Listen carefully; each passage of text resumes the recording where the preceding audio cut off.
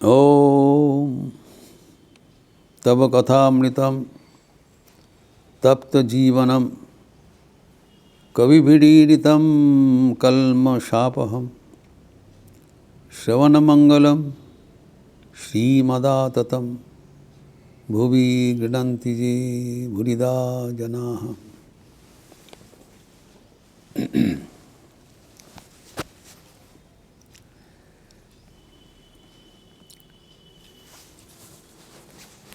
श्री भगवान के परम भक्त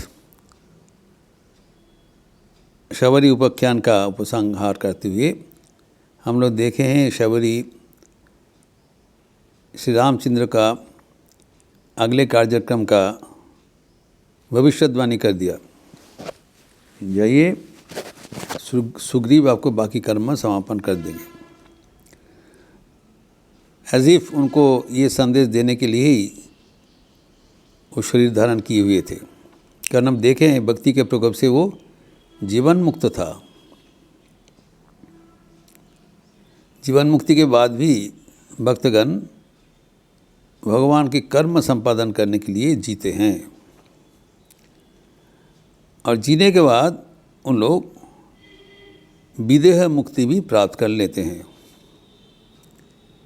इसी का समापन हुआ उनके जीवन से, क्योंकि यो भगवान को बताने के बाद और एक निवेदन किया कि आप थोड़ा रुक जाइए जब तक हमारा ये शरीर त्याग ना हो जाए।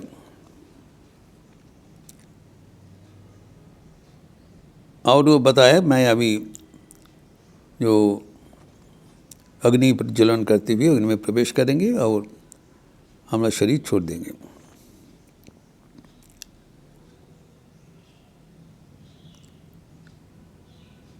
जो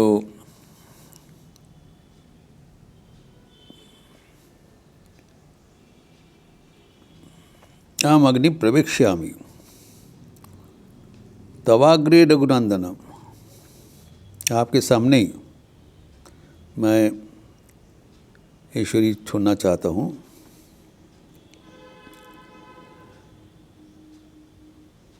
और इसके लिए क्या करना है? मुहूर्तम तिष्ठ राजेंद्र, जावत दग्ध्वा कलेवरम जास्यामि भगवान राम तव विष्णु परमं पदम। उनका फ्यूचर, उनका भी जो भविष्य क्या होने वाला है वो साफ साफ बता देना है। भगवान को निवेदन कर रहे हैं कि आप थोड़ा बहुत रुक जाइए। अभी ये जो सामने मैं अग्नि प्रज्वलन करके प्रवेश करेंगे एवं जब तक हमारा शरीर भस्मीभूत हो जाए ना हो जाए एवं आपके सामने ही मैं आपको परम पद प्राप्त करूंगी। खत्म नहीं होगा, शरीर के कलेवर परिवर्तन से हमारा अंत नहीं होगा, वो तो मुक्त ही है। लेकिन शरीर छोड़ने के बाद भी तो वो भगवान को प्राप्त करेंगे एवं भगवान का परम पद प्राप्त करेंगे। भगवान का पद है, भगवान को इष्ट मिल गया, भगवान का परम पद है जो उनके निर्गुण निराकार स्वरूप वो ही प्राप्त करेंगे। जो हम लोग पूजा में प्रार्थना करते हैं, दैनंदिन पूजा में, नित्य पूजा में, तद विष्णु परमं पदम सदा पश्यन्ति सूरयः दिवीव चक्षुराततम्। जो देवतागण आपका परम पद सर्वदा दिवालोक में शुद्ध के जैसे आपको दर्शन करते हैं, मैं भी दर्शन करना चाहता हूँ।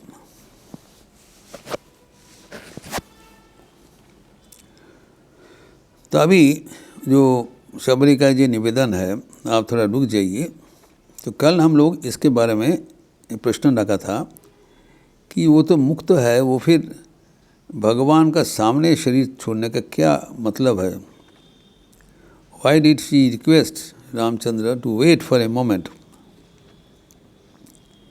इसके लिए क्योंकि जब ईश्वर के नाम स्मरण करते हुए ईश्वर को चिंतन करते हुए, ईश्वर को दर्शन करते हुए अगर किसी का शरीर छूट जाए तो अवश्य उनका मुक्ति प्राप्त होगी। ये अंगीकार, ये प्रतिज्ञा स्वयं भगवान भगवद गीता में किया है। अर्जुन को समझाते हुए श्री कृष्ण उन्होंने उल्लेख किया 8वें अध्याय के 5वें श्लोक में, अंतकाले जो मामेव स्मरण मुक्त्वा कलेवरम च प्रयाति समद्भावम जाति नास्त्र संशय। सो हमारे जीवन में सबसे महत्वपूर्ण मुहूर्त है अंतकाल, द पॉइंट ऑफ डेथ। ये हमारे शास्त्रकारगण को कहे। जीवन में जैसे हम जीते हैं, लेकिन everything will be judged how we die. ये बड़ा विचित्र बात है। इसलिए हमारे जीवन में जितने प्रकार का भय है, हमारे जो दूसरे प्राणियों से भय है, प्राकृतिक दुर्योग से भय है, चोर से भय है, सब सर्वम वस्तु भयान्वितम भुवि निराम। जो वैराग्य शतकम में भर्तृहरि कहते हैं, इस जगत में भय ही भय है, जो कुछ है भय मिश्रित है। वित्ते कृतांतात् भयम, भोगे रोग भयम, भोग करने से रोग का भय है, धन होने से चोरी का भय है, रूप होने से रूप हरण का भय है, सब कुछ भय मिश्रित है। और आखिर में कहते हैं,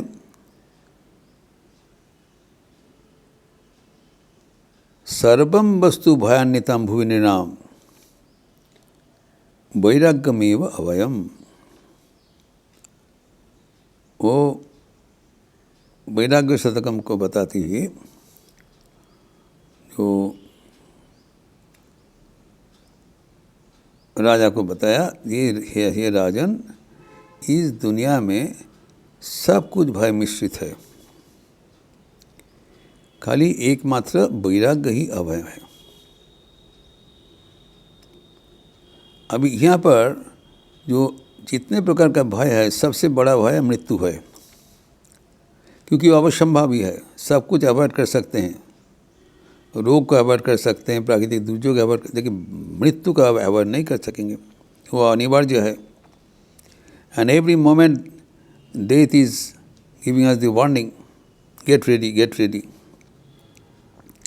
इसलिए जो कहा जाता है कि we have to learn how to win the fear of death. हम लोग आजकल बहुत ये जो प्रोग्राम चल रहा है कि art of living will be determined if you know the art of death. जो संतगण है वो हंसते हुए एवं भयहीनता से निर्भय होकर वो संसार छोड़ के चले जाते हैं, हंसते हुए। यही बात तुलसीदास को कहा गया था, तुलसी तुम जब जग में आयो, जग हंसे तुम रोए, ऐसा करनी कर चलो कि तुम हंसे जग रोए। तुलसी तुम जब कोई नवजातक होता है, जिसका जन्म होता है, तब खुशी मनाया जाता है, लेकिन वो नवजातक रोते हैं। नॉर्मल कॉमन फिनोमेनन, जो बच्चा जन्म के साथ साथ रोते हैं, लेकिन पूरा जगत हंसता है। लेकिन जब कोई महान व्यक्ति, बड़ा संत, वो जब छोड़ के जाते हैं, वो हंसते हुए चले जाते हैं, लेकिन पूरा जगत दुखी होकर रोते हैं। It's a great loss, irreparable loss, शोक करते हैं। लेकिन जो जाने वाले हैं, वो अगर अपना जीवन जी लिया सही ढंग से, तो उनका निर्भय है, क्योंकि वो is going to a glorious throne, जहाँ पर हमारा भय क्यों है, अनिश्चित का, द फियर ऑफ अनसर्टिनिटी, हम कहाँ जाएंगे, क्या होगा पता नहीं। अगर नरक बस हो तो कष्ट मिलेगा, प्रियजन को छोड़ के जाने हैं उसमें भी कष्ट है। दी फियर ऑफ bereavement। लेकिन आप जब जानेंगे जो आप जिसको छोड़ के जाते हैं उससे भी अधिक प्रियजन आपके साथ बराबर रहने वाले आपको हाथ बढ़ाकर आपको लेने के लिए तैयार होकर आए हैं, एवं जहाँ पर आपको अनंत शांति, अनंत तृप्ति, अनंत ऊर्जा मिलेगा, तब जाने का कोई भय नहीं है। जब हम ठाकुर के पास जाएंगे, ठाकुर माँ को प्राप्त करेंगे, तो भय का क्या है। तो इसलिए सब साधन भजन करते हैं ताकि हमारा जीवन का अंत गति वो सुखद रहे और final lap of a journey at the end of life में बिकम स्मूथ एंड एंजॉयबल। लेकिन उसमें जितना भी हम कर्म करें कोई तो गारंटी नहीं है, क्योंकि हमारे पीछे अनेक प्रकार का कर्म राशि जमा हुआ है। श्री भगवान एक छूट दिया है, ग्रेट कंसेशन। जो ये जो डिस्काउंट दिया है वह है, अगर किसी प्रक्रिया से जब अंतकाल में जो अगर भगवान को स्मरण मनन करते हुए कोई शरीर छोड़े, तब वो मुझे ही प्राप्त करेगा, इसमें कोई संशय नहीं है, निसंशय है, निस्संदेह है। अगर सारा जीवन भी भगवान को नाम स्मरण मनन नहीं किया, बताया even at the point of death अंतकाले च माम एव। लेकिन एक चीज़ है, माम एव, सिर्फ भगवान को ही स्मरण मनन करना पड़ेगा। हमारा क्या है कि जो होना चाहिए, मेरे तो गिरिधर गोपाल, दूसरा ना कोई। हमारे अवस्था है, मेरे तो गिरिधर गोपाल, दूसरा भी हुई। लेकिन ये बताया कि माम एव, श्रीमद् स्वामी विवेकानंद जो आर्थिक स्तंभ में लिखा है, तस्मात् तम एव शरणम, एकमात्र भगवान को ही स्मरण करना पड़ेगा, सब कुछ छोड़ के। जो स्मरण मुक्ता, जो स्मरण करके जो कलेवर उसको शरीर छोड़ता है, तो क्या होगा, वो हमारा ही चिंतन करते हुए जाएंगे, मुझे ही प्राप्त करेगा। जैसा सोच वैसे गति, as you think so you become. अगर भगवान को चिंतन करते हुए शरीर छोड़ोगे, भगवान ही बन जाओगे, भगवान के साथ अभिन्न हो जाओगे। तो इसी आशय पर वो शबरी ने रामचंद्र जी को निवेदन किया कि अगर आप थोड़ा बहुत यहाँ पर रुक जाए तो आपके सामने, आपको देखते हुए, आपको स्मरण करते हुए, आपको प्रणाम करते हुए हम शरीर छोड़े, तो छोड़ के क्या होगा, तत्काल जास्यामि,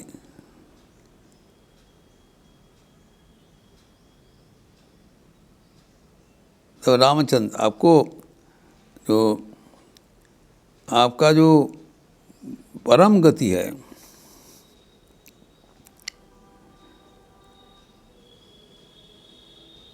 तो परम गति मुझे प्राप्त हो जाएगा। तब वह विष्णु परम, पूरा ज्ञान है कि आप स्वयं विष्णु का अवतार है।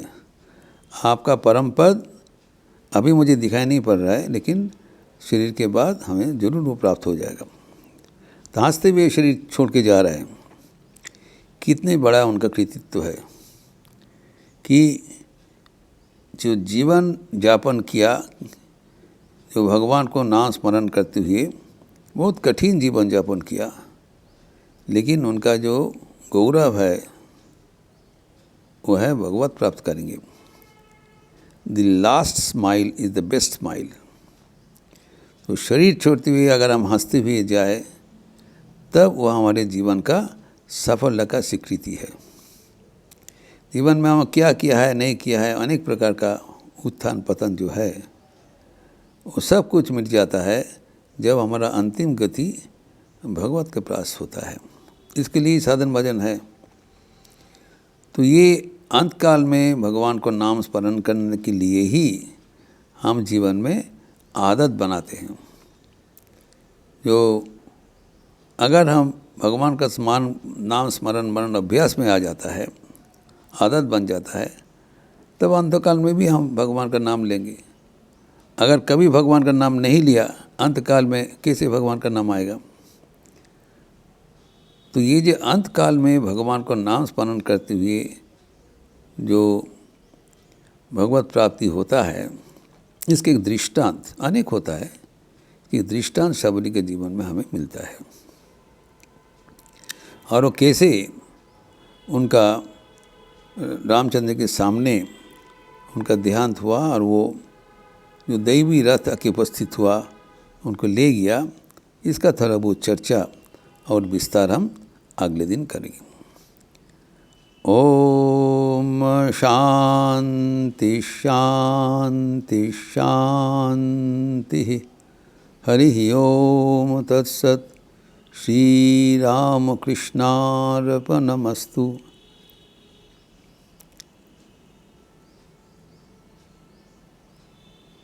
आज शनिवार के अवसर है श्री माँ शारदा देवी की 171वीं जन्म जयंती के 5 दिवसीय कार्यक्रम का चतुर्थी दिवस है।